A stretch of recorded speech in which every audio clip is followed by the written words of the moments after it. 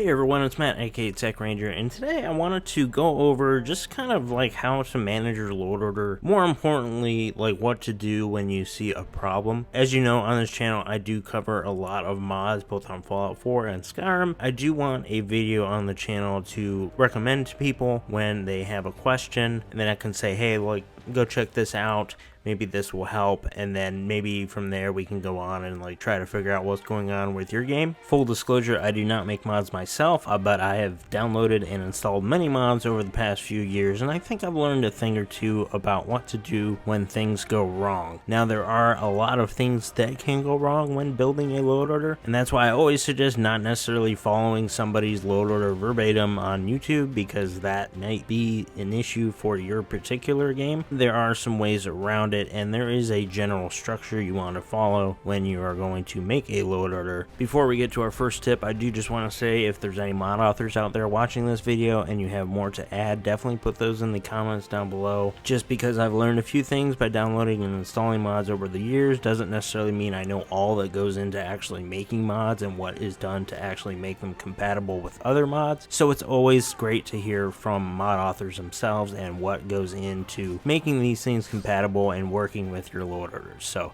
let's get into it.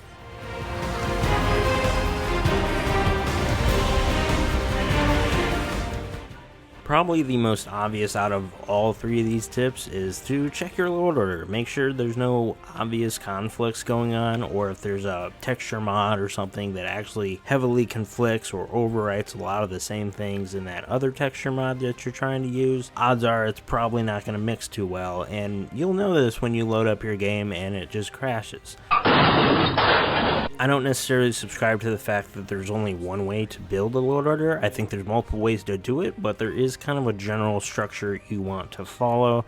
If something immediately conflicts with something else, maybe you're not sure, definitely look all around at all the resources at your disposal and look at the descriptions of each mod and make sure that there isn't anything explicitly in there that says, hey, this isn't going to work with this other mod. A crash isn't necessarily the end of the world. A lot of times it happens when you install a bunch of big mods at once. That is not necessarily a bad thing, but if it keeps happening, then that is a bad thing, and that's when you want to look at stuff like your load order structure, look for conflicts, and then go from there, because odds are you can fix it without actually having to do anything else after that. Now, these next two tips are going to be if these problems continue to happen, like if your game continues to crash, or if you're continually having issues, then something might be up with just the general structure of your load order, or there's some conflicts that you might not know about, or that's not in the descriptions of the mod.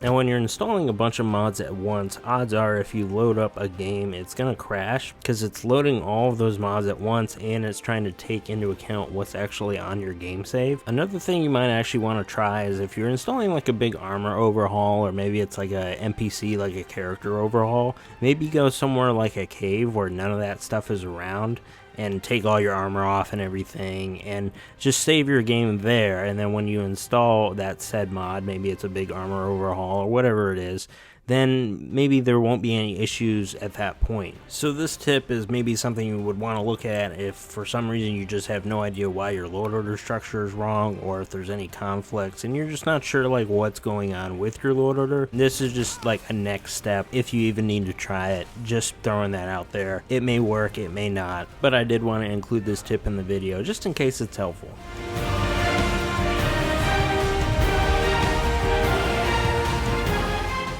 Now, this last thing is what I call the last resort, or the nuclear option, and this is basically getting rid of all of the mods off of your game and your Xbox. The one caveat to this is that those mods that you played with that are on your saves, some of that information is still going to be on your saves. At that point, if you really want to start anew, you're going to want to do this tip and delete all of your saves, and then you'll be starting anew for real.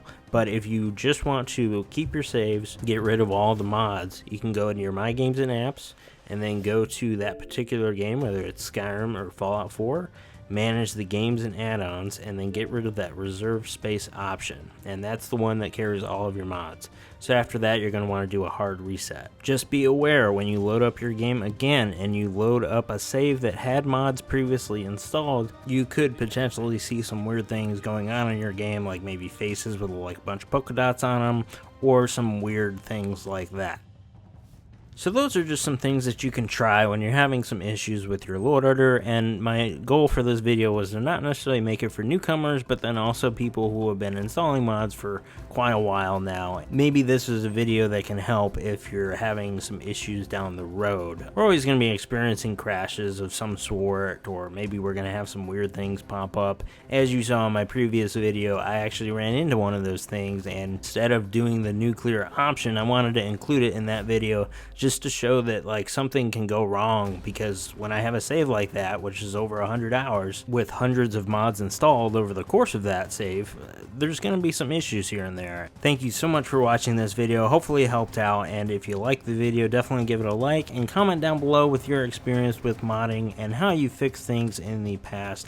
And if there's any mod authors out there, feel free to comment as well, because we are always happy to hear from you, and you do have a lot of experience with modding on consoles. So thank you so much for watching once again, and have a great day, everybody. I will see you in the next video. Bye now.